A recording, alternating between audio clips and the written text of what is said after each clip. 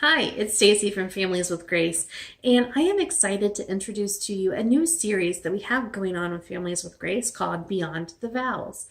Beyond the Vows will be taking a look at marriage in real life and in real situations that go, well, beyond the vows. So let me tell you a little bit of the background story. I've often thought about the vows that my husband and I exchanged on our wedding day way back in 1999. We were 20 and 22 and thought we'd done some living. We didn't know how much living life had in store for us, and we really still don't know what all is to come in our lives. In all of these years, we've had many ups and downs, and through all of them, we've understood our vows more than we ever could have on our actual wedding day. You see, it wasn't hard to vow to have and hold each other as newlyweds. We were excited about all that stuff. In the years since then, we've learned what it means to have and to hold through all sorts of situations, from times of great joy, like the birth of our children, and times of great sorrow, like when a loved one dies. Promising to stay together for better or worse was easy too. Staying together through good times, for better, is pretty darn easy. It's the hard times, the worst, that bring the challenge. Sure, we had arguments and trials in our relationship before we got married. In fact, our engagement got off to a rocky start when my family wasn't very happy that I wanted to get married before graduating from college. Since getting married, though, we've had plenty of worse times through the years and learned they can either bring us together or tear us apart. They can make us stronger or weaken our relationship. And then making a vow to stay together for richer or poorer wasn't so hard as young college students because rich was not something that we were. We just knew we'd be rich in love, and we were, and we still are. We learned about poorer, though, even more when my husband lost his job in 2007 and spent a year before he could find another one. Poor times are definitely harder to weather together. Our vows also included that we would stay together in sickness and in health. The day that we stood before God and our friends and family, we were both young and healthy. 3 years later, I became not so healthy when a bladder condition I'd battled since childhood came rearing its ugly head with a vengeance. We have learned the full truth of sickness and health, probably the most of all the vows. We also didn't struggle to vow to love and cherish each other. We loved each other so very much that day.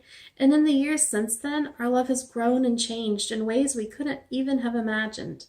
I love my husband so much more today than I did on our wedding day because of all that we've been through together. Of course, that vow also means loving and cherishing even on the hard days and difficult times when you're at odds with one another. And finally, it's easy to promise to love someone until death do you part, especially when you're 20 and 22 and you think that's a long time away. But we confronted that actually pretty early on in our marriage, when in the very first year of our marriage, we almost died thanks to a carbon monoxide leak. And we've also learned that death is a whole issue that we have to deal with in other ways through the loss of loved ones, from extended family members we were very close to our beloved dog, who really was kind of like our first child to us. The idea for this series came as I was writing a blog post along these lines, specifically on in sickness and in health. And I started thinking about how our wedding vows really do mean different things now than they did on our wedding day. Then I realized that this topic needs more than one post and more than one voice. So Beyond the Vows was born. I'm excited about it and think it will be a great series. Each post will cover a portion of wedding vows and how those vows have evolved through the years of being married. Here's the thing, you don't have to have been married for a long time to know the reality of life beyond the vows. You just have to have lived some life together. And here's how you can get involved, because I do want this to have more than just my voice. Here are the topics that are being covered: to have and to hold, for better for worse, for richer for poorer, in sickness and in health, to love and to cherish, and till death do us part. You can write your own story in 700 to 1,000 words, or you can share your story with me through email for me to include in one of the posts.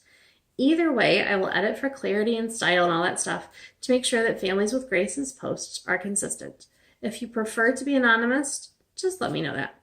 Otherwise, I ask for you to include a short bio to run along with the article that has things like your name, how long you've been married, and any other family info that you want to share.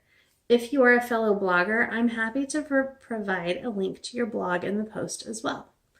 The biggest requirement of these stories is that they must be positive. They should be honest and real, but they need to have a positive or encouraging message in the end.